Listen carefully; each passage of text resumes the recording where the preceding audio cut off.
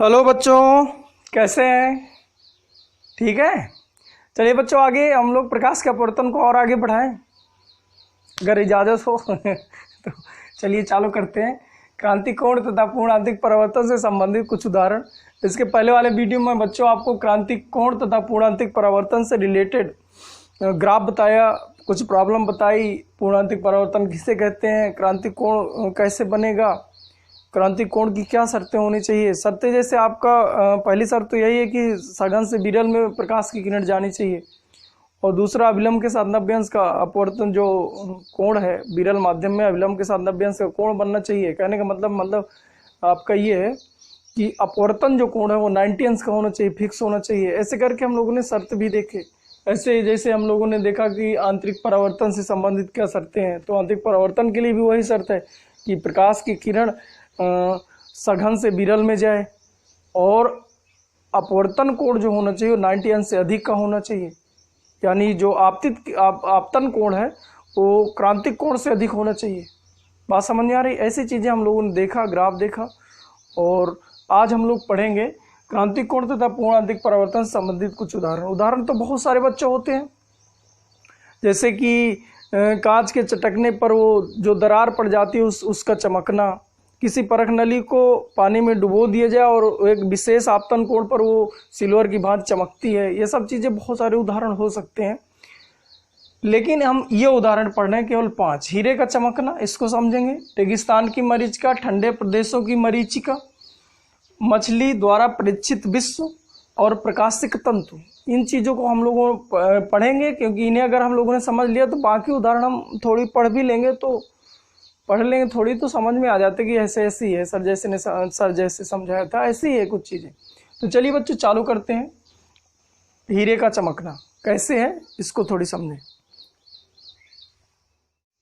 देखिए बच्चों, पहला उदाहरण देखें। हीरे का चमकना पूर्णांतिक परावर्तन से संबंधित है। मैं ऐसे करके एक टेम्परेरी हीरा बना लूँ। इससे क्या करूँ कि ये विभिन्न सतहें दे दी, इसकी फलक दे दिया जिसको हम लोग करें। इसका अपवर्तनांक 2.42 होता है, सबसे अधिक होता है वायु के सापेक्ष। और मैं क्या कह दूँ, इसका जो क्रांतिक कोण होता है वो 24 अंश होता है। अब देखिए इधर समझिए, मान लीजिए हीरा है। अब क्या होता है कि जब प्रकाश की किरणें इनके सतहों पर पड़ती हैं तो प्रवेश कर जाता है। अब जब प्रवेश कर गया, मान लीजिए इस सतह से प्रवेश कर गया, अब दूसरी सतह पर जब पड़ेगा तो यदि आपतन कोण 24 अंश से ज्यादा है तो पूर्णांतिक परावर्तन होता रहता है। यानी इसके अंदर जब प्रकाश किरणें प्रवेश कर जाती है तो इनकी विभिन्न सतहों से पूर्णांतिक परावर्तन बार बार होता रहता है, जिससे प्रकाश किरण इसके अंदर घूमती रहती है। लेकिन वह सतह जिस पर आपतन कोण 24 अंश से कम हो जाएगा, उस सतह से प्रकाश बाहर निकलेगा। और अगर हम लोग इसी सतह को ऐसे रखकर हम हीरे को देख रहे हैं तो पूरा जो इधर उधर से प्रकाश इसमें प्रवेश किया था, इसी सतह से बाहर सीधे हमारी आंख पर पड़ रहा है। तो इतनी सारी किरणें जब एक ही सतह से हमारी आंख पर पड़ती हैं लंबवत, तो हमें ये पूरा चमकता हुआ दिखाई देता है। इस तरह से हम कह सकते हैं कि एक विशेष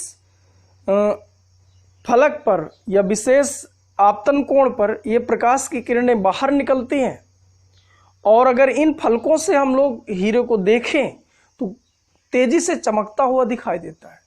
यही कारण है कि पूर्णांतिक परावर्तन के कारण और बार बार अंदर अपवर्तन हुआ, और ऐसी सतह जिस पर 24 अंश से कम आपतन कोण हो गया उस सतह से बाहर निकला।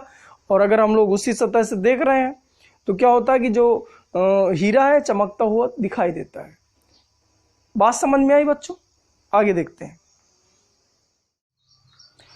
देखिए बच्चों, दूसरी हेडिंग देखें। रेगिस्तान की मरीचिका। रेगिस्तान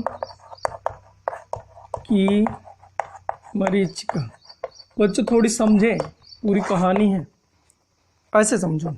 मान लीजिए कि मैं एक यहाँ पर छोटा सा पेड़ लगा दूं, बंदा खड़ा करते, समझिएगा थोड़ी ये, और यहाँ से खड़े होके मैं देख रहा हूँ इस पेड़ को। मेरी बात फील करिए, तो जो प्रकाश किरणें इधर से सीधे आ रही हो इससे हमें दिखाई देता है, क्योंकि ये ऑब्जेक्ट हो जाएगा हमारे लिए और ये देखने वाला हो गया। तो जब ऑब्जेक्ट से प्रकाश किरणें हमारी आंख पर पड़ती हैं तो ऑब्जेक्ट हमें दिखाई देते हैं। एक बच्चों डायरेक्ट हम लोग ऐसे यहाँ पर देखिए पेड़ रखा है, वैसे करके हम लोग देख रहे हैं। एक और थोड़ी फील करो कि कुछ किरणें ऐसे भी आई होंगी, कुछ किरणें ऐसे भी गई होंगी, लेकिन जो हमारी आंख पर पड़ रही हैं इससे हमें वस्तु दिखाई दे रही है। अब आप सोचो कि यहाँ पर मैं एक समतल दर्पण रख दूं, समझिए थोड़ी। अब अगर मैं समतल दर्पण में ऐसे रख के समतल दर्पण पे देखूं तो आपको जो इधर वस्तु रखी थी समतल दर्पण पे भी दिखाई देगी। अगर मैं इस पर देखता तो ये चूंकि प्रकाश किरण जो इधर पे आ रही थी तो इससे टकराकर हमारी आंख पर पहुंच जाती और हमें दिखाई देता। लेकिन आप कभी गौर करिए, इन सब चीज़ों गौर करने वाली बात है तो प्रैक्टिकली ज़्यादा समझ में आता। गौर करिए तो जो पेड़ आगे रखा हुआ है यहाँ पर, यहाँ समतल दर्पण रखा है, यहाँ पेड़ रखा है और मैं समतल दर्पण पे देख रहा हूँ तो पेड़ आपको जस्ट नीचे दिखाई देगा, मतलब आपको पेड़ यहाँ कहीं दिखाई देगा ऐसे करके। क्या मैं सही बोल रहा हूँ? आप कभी देखिए समतल दर्पण आगे रखकर और समतल दर्पण पे देखिए, समतल दर्पण पर इसे उल्टा दिखाई दे रहा हूँ। सही बोल रहा हूँ बच्चों? अब आप सोचो कि ये जो दर्पण का काम कर रहा था, चूंकि ये वाला प्रतिबिंब जो बना है किसके कारण बना है? परावर्तन के कारण, परावर्तन कारण। तो ये जो दर्पण काम किया, अगर ये दर्पण की जगह हम लोग परावर्तन दो तरह से पढ़े हैं, एक दर्पण द्वारा पढ़े और एक पूर्णांतिक परावर्तन द्वारा पढ़े। यानी पूर्णांतिक परावर्तन द्वारा यही काम हो जाए तो हमें जो पेड़ ऐसे वो ऐसे दिखाई देगा, और अगर ऐसे से ऐसे दिखाई देने लगे तो जो क्या हुआ करता है, रेगिस्तान में जब अत्यधिक धूप होती है, रेगिस्तान की जो बालू है वो गर्म हो जाती है तो हमें जो पेड़ है उनको उल्टा प्रतिबिंब दिखाई देने लगते हैं। इसी भ्रम को हम लोग मरीचिकाएं कह रहे हैं। अब इसको समझना है, आप कैसे समझ पा रहे हैं? अब देखो ये उसकी वास्तविक स्थिति थी कि हमें ऐसे दिखाई देता, प्रकाश किरणें ऐसे चलती है। एक बार फिर से मैं देखो बताने की कोशिश कर रहा हूँ बच्चों, थोड़ी टाइम तो लग रहा है यार है, लेकिन आप समझें। ये मान लीजिए हम ऐसे ऐसे करके एक पेड़ बना लिए, टेम्परेरी है बेटा सब कुछ ऐसे, और ये सीधे सीधे ये नॉर्मल स्थिति थी। कुछ प्रकाश किरणें ऐसे निकल गई थी, कुछ ऐसे निकल गई थी, कुछ ऐसे, ये सामान्य स्थिति है। अब अगर देखो कि अगर अत्यधिक धूप पड़ जाए, अब इसको चित्र कहाँ बनाए, इसी पे बनाए रहे। अब अत्यधिक धूप पड़ गई मान लीजिए, और यहाँ जो बालू है वो गर्म पड़ गई, तो जब गर्म पड़ती जाएगी तो इधर और इसके ऊपर वाली सतह, ये जो वायु की सतह है, ये सतह, ये विभिन्न सतह मैंने बना दी। बेटा कहे की सतह है? एयर की। तो जो सबसे थल के समीप रहती है ये ज़्यादा गर्म होती है, यानी इधर ये लगातार ठंडी हो जाएगी, यहाँ सबसे ज़्यादा गर्म होगी, और ऊपर की जो सतह है वो थोड़ी ठंडी हो जाएगी इसकी अपेक्षा। जबकि यहाँ पर हमारे इन जगहों पर क्या होता है कि जो प्रकाश की किरणें हैं जब पड़ती हैं पृथ्वी पर, तो पृथ्वी के समीप जो वायु होती है वो ठंडी होती है, क्योंकि गर्म वायु ऊपर उठ जाती है, उसका घनत्व कम हो जाने का। आप मेरी समझ रहे हैं बच्चों? अब लेकिन यहाँ पर क्या होता है कि जो बालू है वो बहुत तेजी से गर्म होती है, तो ये ऊपर उतनी जल्दी से उठ नहीं पाती, तो यहाँ गर्म ज़्यादा वायु रहती है, ऊपर की वायु जो रहती है वो ठंडी रहती है। मेरी बात समझते जाइएगा। अब ठंड है इधर पर वायु, तो इधर पर क्या हो जाएगा? सघन माध्यम, और इधर क्या हो जाएगा? विरल माध्यम, क्योंकि इसका घनत्व तो कम हो जाएगा, उसका घनत्व तो ठंडे वाले का ज़्यादा है। अब प्रत्येक सतह अपने नीचे वाली सतह की तुलना में सघन है, यानी नीचे वाली सतह जो सतह है वो विरल है। अब जो प्रकाश की किरण देखिए हमारी आंख पर ऐसे पड़ी थी, ऐसे करके पड़ी थी, अब ये सघन से विरल में जा रही, तो अभिलंब से थोड़ी दूर हटेगी, यानी प्रकाश किरण ऐसे मुड़ जाएगी। फिर से जब दूसरी सतह को काटेगी बच्चों तो फिर से मुड़ जाएगी। तो जो प्रकाश की किरण डायरेक्ट हमारी आंख पर ऐसे आ रही थी वो मुड़ते ऐसे ऐसे मुड़ते मुड़ते मुड़ते मुड़ते ऐसे निकल जाएगी, यानी ये जो आ रही थी ऐसे किरण ये मुड़ते मुड़ते ऐसे निकल गई, यानी ये किरण तो हमारी आंख पर पड़ी ही नहीं। तो अब कौन सी किरणें पड़ेंगी? तो अब बच्चों जो इधर आ रही थी प्रकाश की किरण, इसमें भी वही अभिलंब से दूर हटी, फिर अभिलंब से दूर हटी, तो पता चलेगा ये जो किरण ऐसे आ रही थी ये धीरे धीरे मुड़ते मुड़ते हमारी आंख पर पड़ गई, और एक ऐसा कहीं पर कोण मिला रहा होगा जहां से प्रकाश किरण पुनः ऊपर आने लगी, यानी पूर्णांतिक परावर्तन। यही तो था, सघन से विरल में जा रही है, शर्त समझें। और एक ऐसा, क्योंकि हर इतनी ज़्यादा सतहें हैं, इतनी ज़्यादा, अब इतने में वायु की सतहें गिनी हैं बहुत सारी हैं, और प्रत्येक पहले किसी कोण पर, फिर कोण पर, फिर कोण पर, तो धीरे धीरे हर बार कोण बढ़ता गया। 0 अंश से भी ले लो तो 0 से 1, 1.1, 1.2 प्रत्येक, क्योंकि बहुत सारी सतहें, बहुत सारे आपतन कोण बन गए, तो बहुत सारे आपतन कोण से ज्यादा परावर्तन कोण होगा, क्योंकि सघन से विरल में जा रही तो धीरे धीरे परावर्तन क्या बोले आप, अपवर्तन बोले, क्योंकि एक माध्यम से दूसरे माध्यम में जा रही, तो बार बार अपवर्तन कोण बढ़ता गया और बढ़ते बढ़ते एक ऐसी कंडीशन आ गई कि 90 से ज्यादा हो गई। तो ये जो सतह प्रकाश किरण ऐसे चल रही थी वो ऐसे करके मुड़ गई। अब हमारी आंख पर जो प्रकाश की किरणें हैं ये वाली पड़ रही हैं बच्चों, मुड़ मुड़ के ऐसे। अब जब ये प्रकाश की किरणें पड़ रही हैं ऐसे, तो क्या वो दर्पण वाली घटना हो गई?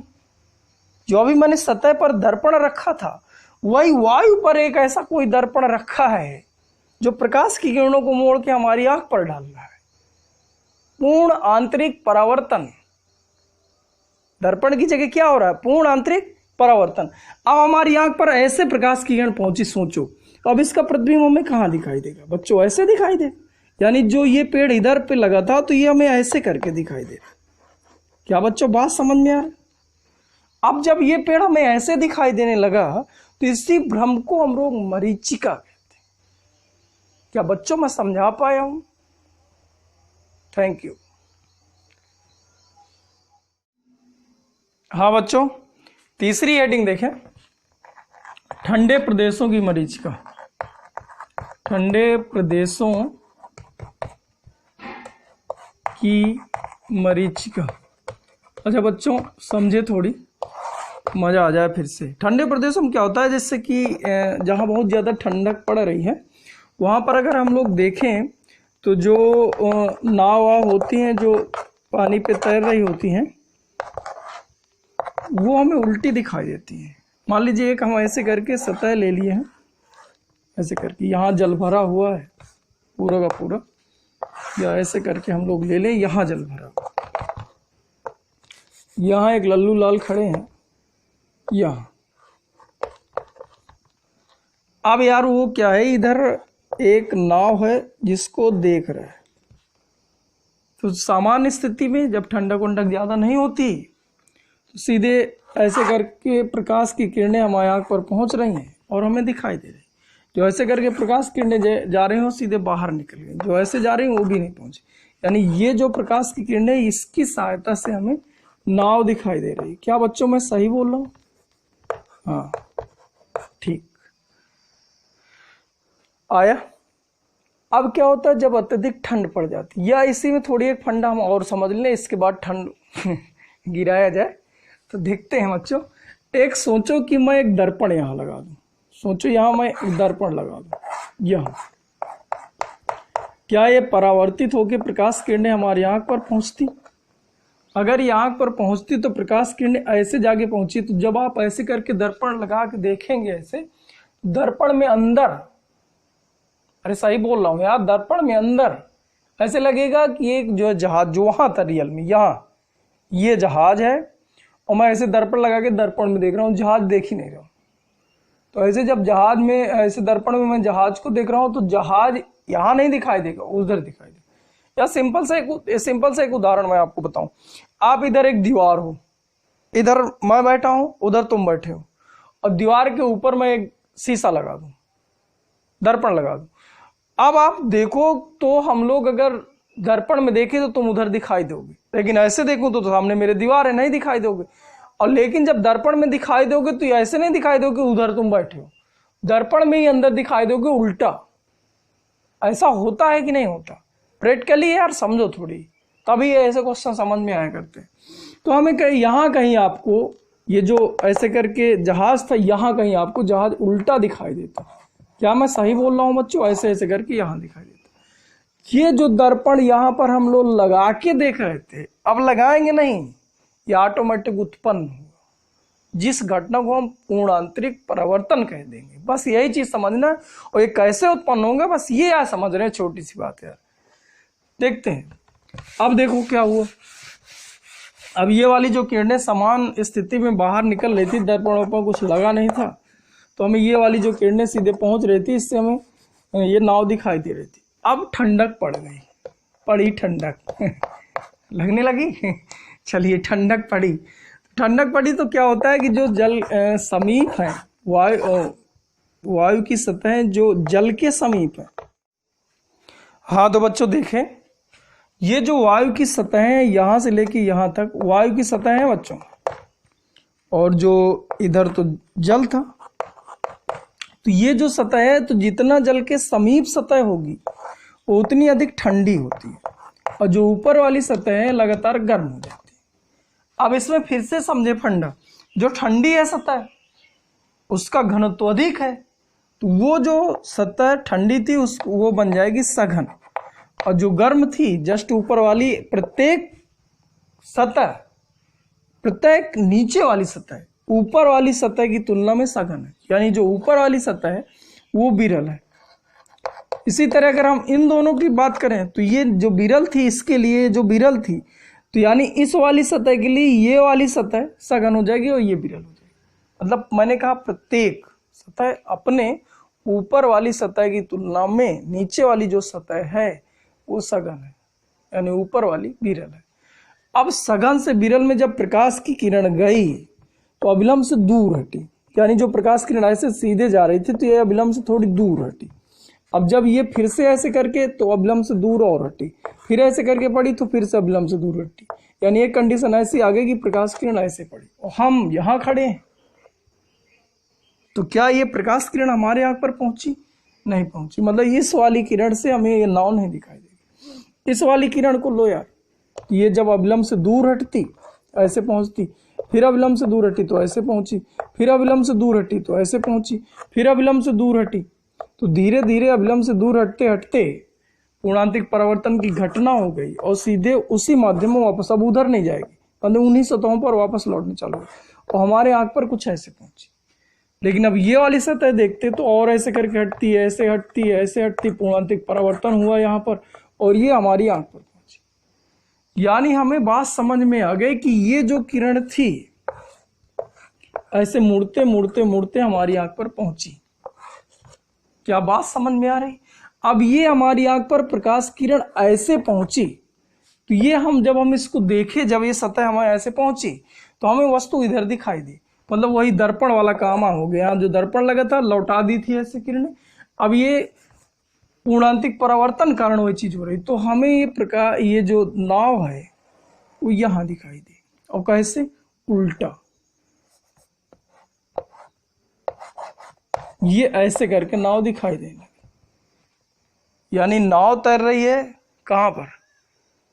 पानी, यानी समुद्र मान लिया जाए। अत्यधिक ठंड है, अब हम डायरेक्ट देख रहे हैं तो कोहरा वहीरा कारण हमें नाव दिखाई नहीं देती सीधे पे, हम लोग ऐसे देखे नहीं दिखाई दिया करती। और लेकिन हम लोग ऐसे ऊपर देखें तो नाव ऐसे लगता है जैसे आसमान में तैर रही हैं बहुत सारी, जितनी नाव होंगी सबको उल्टा प्रतिबिंब में दिखाई देते हैं, क्योंकि ऐसे करके प्रकाश किरण उधर से आ रही थी, प्रकाश किरण मुड़ते मुड़ते ऐसे पड़ रही हैं ऐसे ऐसे, तो हमें नाव वायु में तैरती हुई दिखाई दे रही है। इस भ्रम को हम लोग ठंडे प्रदेशों की मरीचिका कहते हैं। बच्चों गया इधर? चलिए ठीक है, आगे देखते हैं। हाँ बच्चों, ये चौथी हेडिंग देखा जाए, चौथा उदाहरण, मछली द्वारा प्रेक्षित विश्व। बच्चों स्टार लगा ले, अच्छा है, इसको थोड़ी समझना है। चलिए ठीक है, इसको मैं समझाने के लिए बच्चों एक आपको कहानी फील कराऊं। ये मान लीजिए पानी आ भरा है, पानी पानी पानी पानी, सानी सानी है। यहाँ मैं एक छोटा सा बल्ब लगा दूं, ये बल्ब लगा, थोड़ी फील करो, समझ में आ जाएगा। ये बल्ब लगा दो। सर जी पानी के अंदर बल्ब फूट जाएगा। ऐसा लगाओ ना यार, ना फूट रहा है, मान लो, समझा करो यार। ऐसे लग गया। अब आप सोचो, जो प्रकाश किरण ऐसे जा रही होगी सीधे निकल जाएगी। ये एक सतह है, ये सतह है वायु और जल को अलग अलग कर रहा है, यानी जल की सतह है जहां माध्यम चेंज हो रहा है। माध्यम चेंज होने पर अपवर्तन की क्रिया हो जाती है। एक माध्यम से दूसरे माध्यम जब प्रकाश किरण जाती है तो अपने मार्ग से विचलित हो जाती है, और अगर सघन से विरल में जा रही तो अभिलंब से दूर हटती है, अगर विरल से सघन में आ रही तो अभिलंब की ओर झुकती है। ये फंडा में पता है। तो चलिए ठीक है, अब देखो दूसरी किरण मैंने कुछ ऐसे करके डाला, ये अभिलंब था बच्चों, ऐसे करके अभिलंब से दूर हटी, ये आपतन कोण था। एक फिर से प्रकाश किरण डालो, ऐसे डालो, ये आपतन कोण है। अच्छा, पहले वाला आपतन कोण देखिए, अब आपतन कोण देखिए, क्या बढ़ते जा रहे हैं। अब आप सोचो कि इनके बीच लगभग 1 करोड़ किरणें गुजरी हों, यानी हर एक छोटा से छोटा एंगल बनाते हुए या बढ़ रहे हैं। लेकिन मैं डायरेक्ट यहां से यहां ले आया। क्या तुम्हें बात समझ में आ रही ना बच्चों, मैं क्या कह रहा हूं?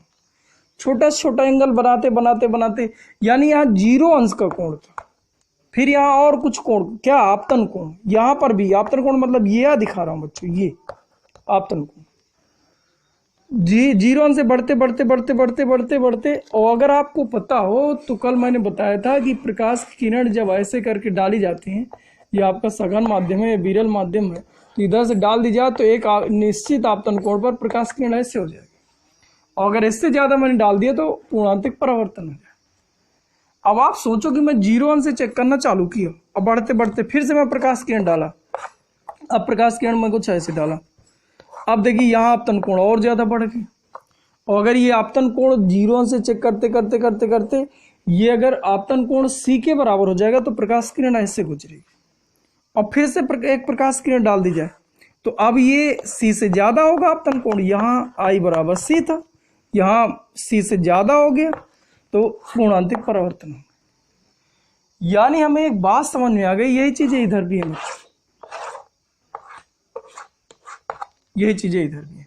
पता एक बात हमें समझ में आई कि जो बाहर प्रकाश निकलेगा वो यहां से लेके इस पॉइंट से लेके इस पॉइंट के बीच ही निकलेगा, बाकी ये जो प्रकाश किरण थी उसी माध्यम में वापस लौट जाएंगे।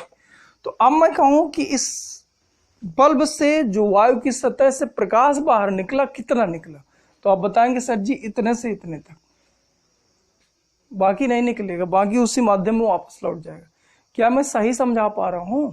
देखिए आपतन कोण 0 है, फिर 0 से अब यहां से लेके यहां तक करोड़ों प्रकाश किरणें गुजरी, तो अगर इतने से गुजरी होगी तो 1 अंश कोण, फिर 1.1 अंश का, फिर 1 यानी यहां से मैं चेक करना चालू किया 0 अंश से, तो कोई ना कोई एक ऐसा कोण तो होगा ना जो C के बराबर हो, तो प्रकाश किरण ऐसे गुजर जाएगी। और उससे ज्यादा हो गई तो प्रकाश उसी माध्यम में लौट गई। मतलब हमें समझ में यहां तक कि प्रकाश किरणें बाहर निकलेंगी सतह से।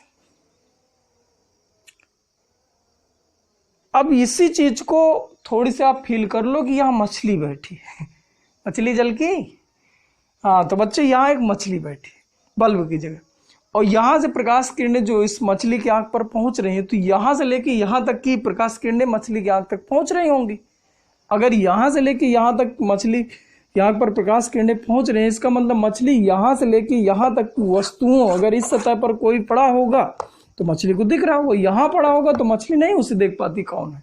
मछली यहाँ तैर रही, यहाँ कोई चीज पड़ी वो नहीं देख पाती, लेकिन अगर यहाँ सतह पर पड़ी है तो उसे दिखाई देती, उसका कारण ये है। अब इसका हेडिंग, इसकी जो हेडिंग थी मछली द्वारा प्रेक्षित विश्व, तो मछली पानी के अंदर रहेगी, वो बाहर तो कभी आएगी नहीं। तय आज चलो गर्मी ज्यादा गई टहल लिया जाए, ऐसा तो होगा नहीं। यानी इस पूरे विश्व में मछली केवल इतना सा भाग ही देख पाती है, इसीलिए हम इसको, इस जो ये भाग है, इस भाग को मछली द्वारा प्रेक्षित यानी देखा गया विश्व कहते हैं। क्या बच्चों बात समझ में? पूरा तालाब नहीं देख सकती कि कहीं पर भी आप ऐसे आंख मोड़ ली वहां देख रही है, क्योंकि उसके साथ ये घटनाएं होती है, पूर्णांतरिक परावर्तन तथा क्रांतिक कोण से रिलेटेड घटना हो जाती है। अतः केवल इतने सा ही भाग दिखाई देता है। इस घटना को मछली द्वारा प्रेक्षित विश्व कहते हैं।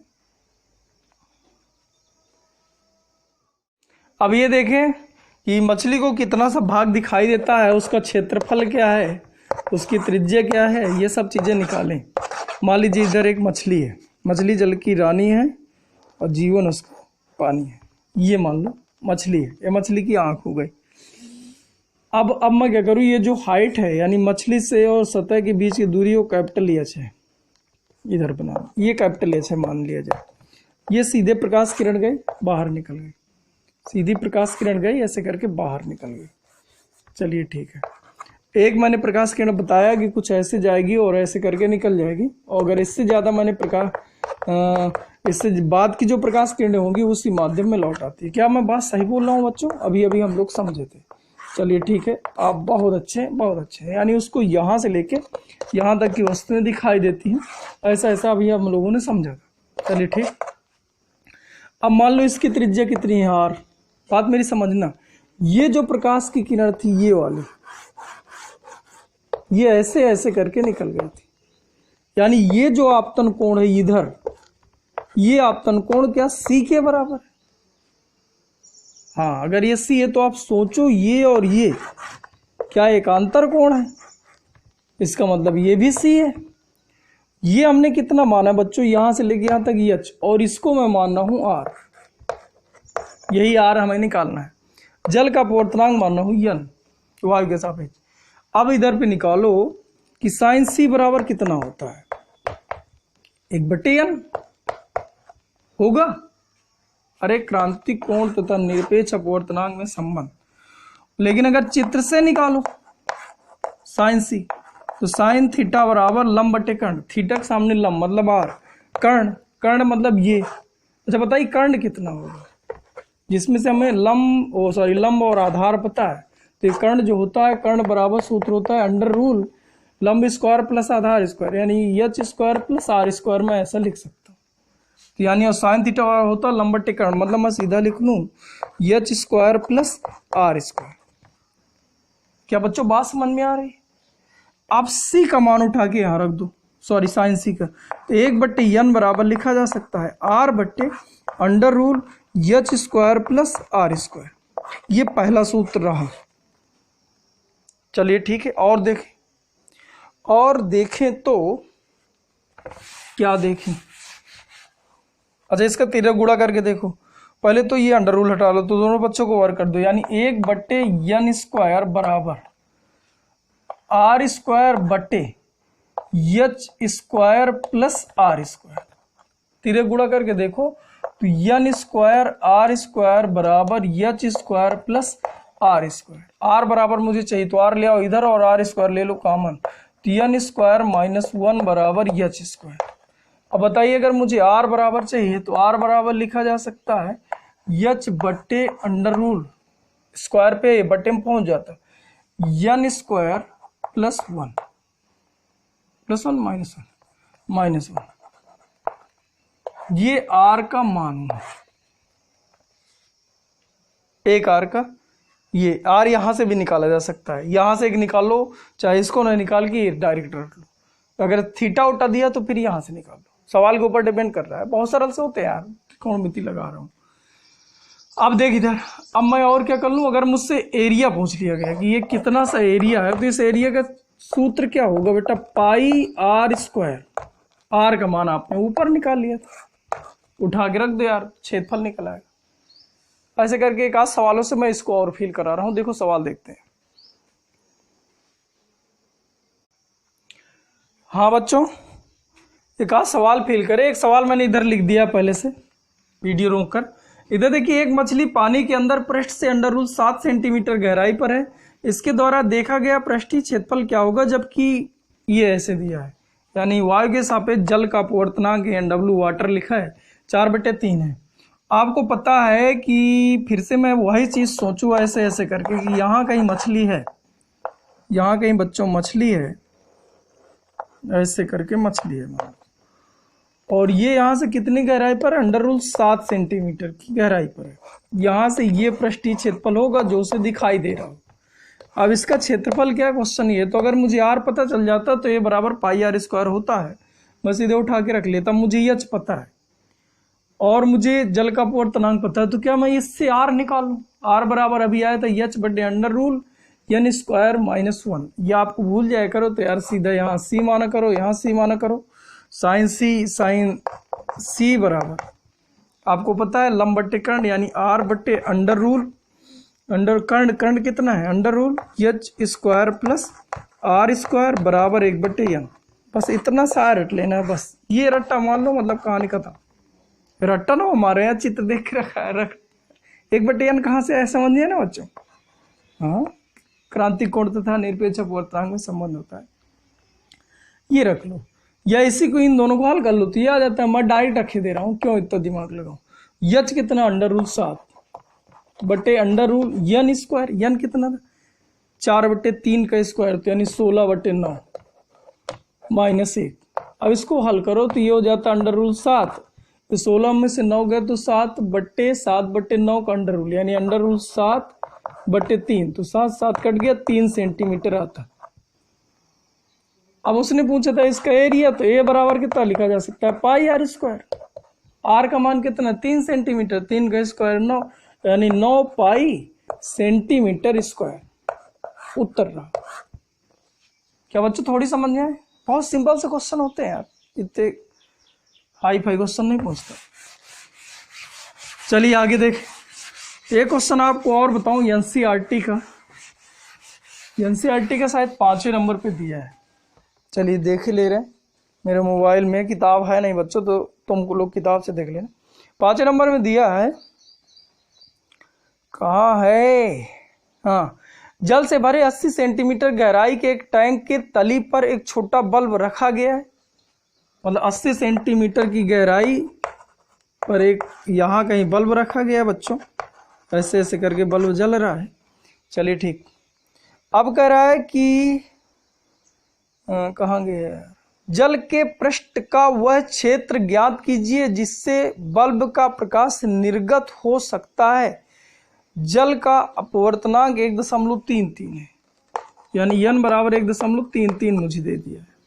1.33 को 4/3 लिखा जा सकता है। ये वास्तव में होता है, क्योंकि अभी आपका एक 12 प्रैक्टिकल मिला करता है कि जल के अपवर्तनांक निकालिए, ठीक है, तो प्रैक्टिकल करवाया जाता है। प्रैक्टिकल का सामान भी है हमारे पास, तो मैं उसके भी वीडियो बना के आप लोगों को दे दूंगा, चिंता ना करिए। और जिन्हें करना हो तो मेरा एड्रेस आपको पता ही है, वहाँ आ जाइए, मैं आपको प्रैक्टिकल भी करा दूंगा HDFC बैंक के सामने।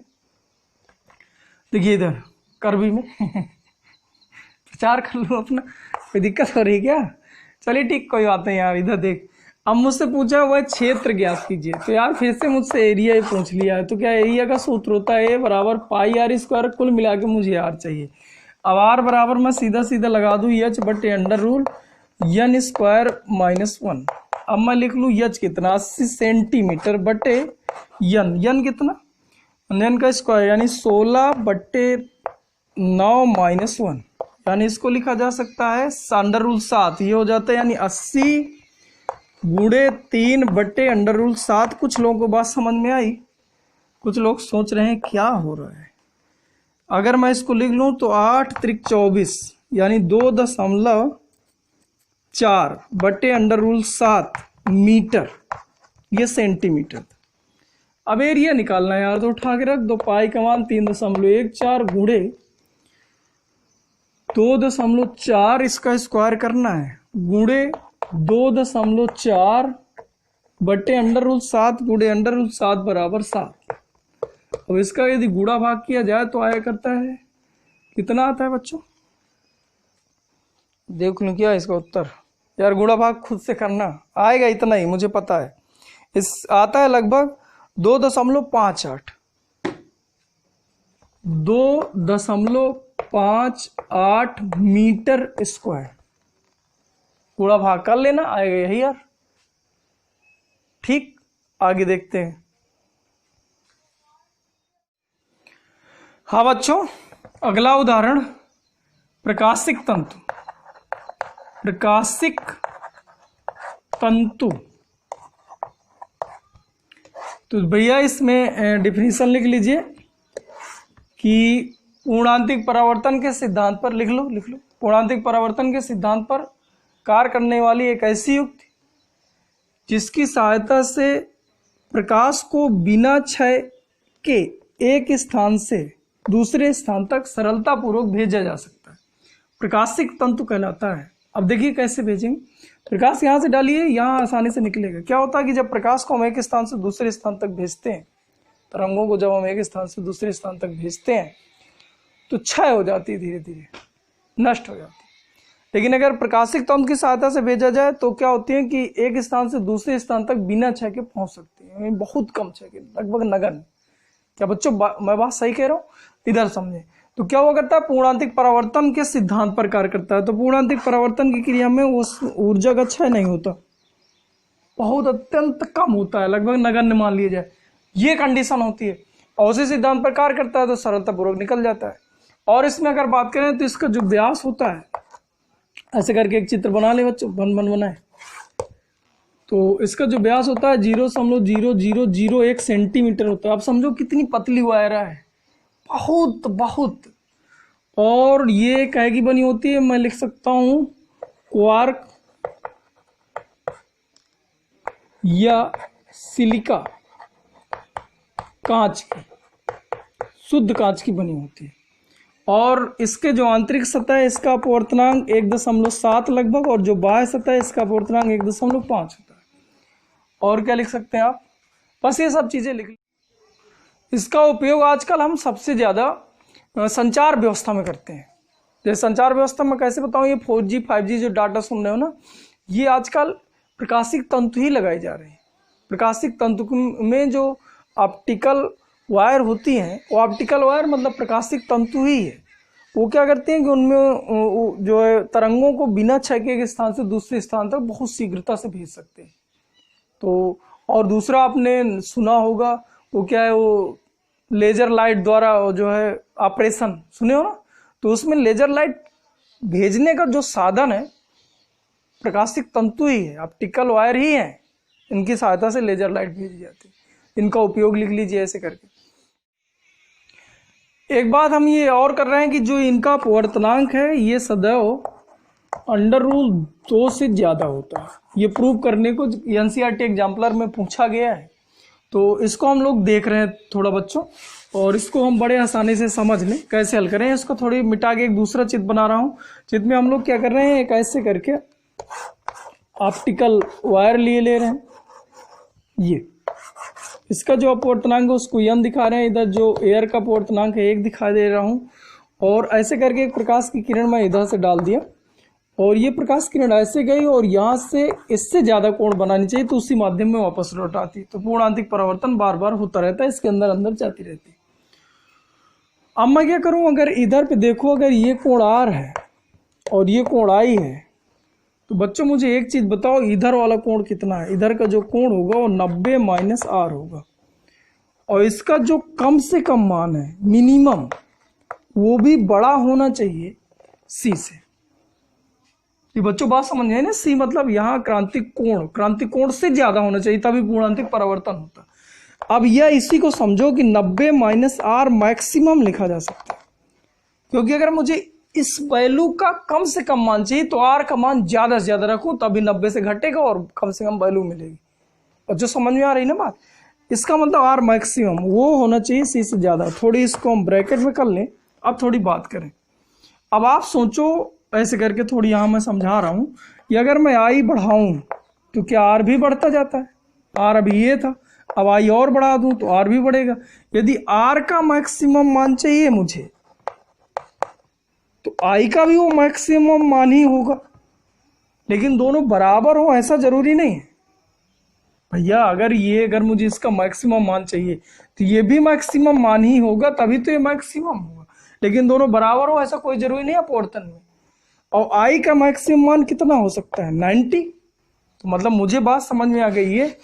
और अगर हम लोग यहाँ पर स्नेल का नियम लगाए तो यहाँ देख प्रकाश किरण कहाँ से जा रही है? एयर से जा रही है, तो यानी 1 × sin I मैं कर रहा हूँ मैक्सिमम बराबर n गुणे इसका अपवर्तनांक n है बच्चों, इसका अपवर्तनांक n है, n × sin R भी मैं क्या कर रहा हूँ मैक्सिमम।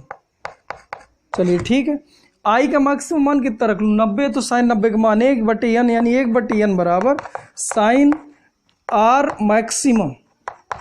1/n मतलब मैं sin C लिख लूँ, तो लिखा जा सकता है sin C बराबर sin R मैक्सिमम। मतलब मुझे एक बात समझ में आ गई कि जो R मैक्सिमम मान है वो C के बराबर हो सकता है। अगर ये C के बराबर है तो बच्चों अब कहाँ देखें? अब यहाँ देखते हैं क्या दिक्कत है। हाँ, तो बच्चों अगर ये C के बराबर तो यहाँ रखिए, तो यहाँ लिखा था 90 - R maximum greater than C, और आर मैक्सिमम मान सी रख लो, तो 90 माइनस सी ग्रेटर देन सी, इसको उधर ले जाओ तो 90 ग्रेटर देन 2c, तो 45 ग्रेटर देन सी, इसको लिखा जा सकता है। यानी जो सी है यानी क्रांतिक कोण का मान 45 अंश से छोटा ही मिलेगा। अब समझो कि अगर यहाँ क्रांतिक कोण का मान है 45 अंश से छोटा मिल जाए, यहाँ क्रांतिक कोण हो रहा है, तो अगर ये छोटा है तो फिर इसका मतलब ये बड़ा है, इसका मतलब ये बड़ा है तो ये बड़ा है, यानी आई का मान हम सीधे सीधा ऐसा बोल सकते हैं कि 45 अंश से ज्यादा मिलेगा।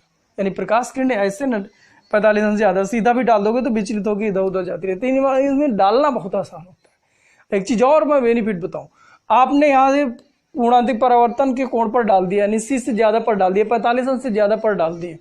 अब आप इस वायर को कैसे भी मोड़ के रख ले, कहाँ ले जाओ, ऐसे मोड़ के ऐसे ऐसे कहीं पर भी ले जाओ, पूर्णांतिक परावर्तन ही होता रहेगा इसके अंदर और प्रकाश किरणें आसानी जाएंगी। इसीलिए बहुत सारी वायरों को मोड़कर एक पूरा का पूरा मोटा वायर बनाते हैं और उसको बिछाते हैं। फिर समुद्रों में यही बिछाकर कम्युनिकेशन एक देश का दूसरे देश से हुआ है। जो भी कंपनी इसको बिछा ले गई वही अच्छा डाटा देने लगती है। जियो ने अपने खुद के बिछाए थे, इसीलिए समझ रहे हो, प्रचार नहीं कर रहा हूँ। इधर देखिए, दोनों पक्षों में साइन का गुणा कर दो, तो साइन 45 का मान 1/√2 लिखा है, ग्रेटर देन, और इसको हम लिख सकते हैं साइन सी, और साइन सी को लिख सकते हैं 1/n, साइन सी लिख सकते हैं ना, साइन सी को 1/n, तिरे गुणा करके देखो, यानी n ग्रेटर देन √2 प्रूव हो गया जो हमें चाहिए था। यानी इसका अपवर्तनांक √2 यानी 1.414 से अधिक होना चाहिए। इसीलिए मैं ऊपरी वाली सतह का अपवर्तनांक 1.5 लिया था और अंदर वाली सतह का 1.7 लिया था, क्योंकि प्रकाश किरण जब इधर अंदर वाली सतह से बाहर वाली सतह पर निकलेगी तो इधर अपवर्तनांक कम रहेगा, तो ये सघन होगा या विरल होगा। जब सघन से विरल में प्रकाश किरण जाती है तभी पूर्णांतिक परावर्तन संभव है, तो पूर्णांतिक परावर्तन होता रहता है। समझ में आया बच्चों? थैंक यू बच्चों। आगे हम लोग एनसीईआरटी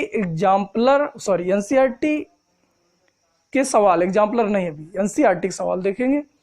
और सवालों में मैं एक चीज और आप लोगों को बता दूं, थोड़ी सूचना दे दूं कि सवाल बच्चों, हाँ तो बच्चों सवाल कुछ ऐसे दिए हैं जैसे कि हम लोग मान रखें तो यहाँ दिया प्रकाश किरण इसे डालेगा 30 अंश से, यहाँ से 37 अंश पे निकल रही है, प्रकाश किरण 37 अंश पे निकल रही है। अब 37 अंश का मान और 47 अंश का मान ऐसे करके कुछ मान दिए जो हमें नहीं पता होते, तो या तो उसके लिए आप लोग साइंटिफिक कैलकुलेटर मोबाइल पे डाउनलोड कर लो, या तो फिर एक सारणी देखने को आया करती थी त्रिकोणमिति सारणी करके, उसको आप व्यवस्था कर लीजिए। तो जब मैं इसके सवाल बताऊं तो आप लोगों को इनके मान पता होने चाहिए। अब ये नहीं कि इनके मान आप जो है रटे होते हैं, जैसे हम लोग 30, 0, 45, 60, 90 का याद किए हैं, ऐसे नहीं होता है। इनको या तो सारणी से देखा जाता है, या तो फिर साइंटिफिक कैलकुलेटर कर लो, या तो फिर साइन इनवर्स में थीटा और साइन इनवर्स 37 अंश ऐसे रखना सीख लो। क्या बच्चों बात समझ में? तो चलिए ठीक है, आगे हम लोग एनसीईआरटी बुक के जो क्वेश्चन है उनको देखेंगे। Thank you.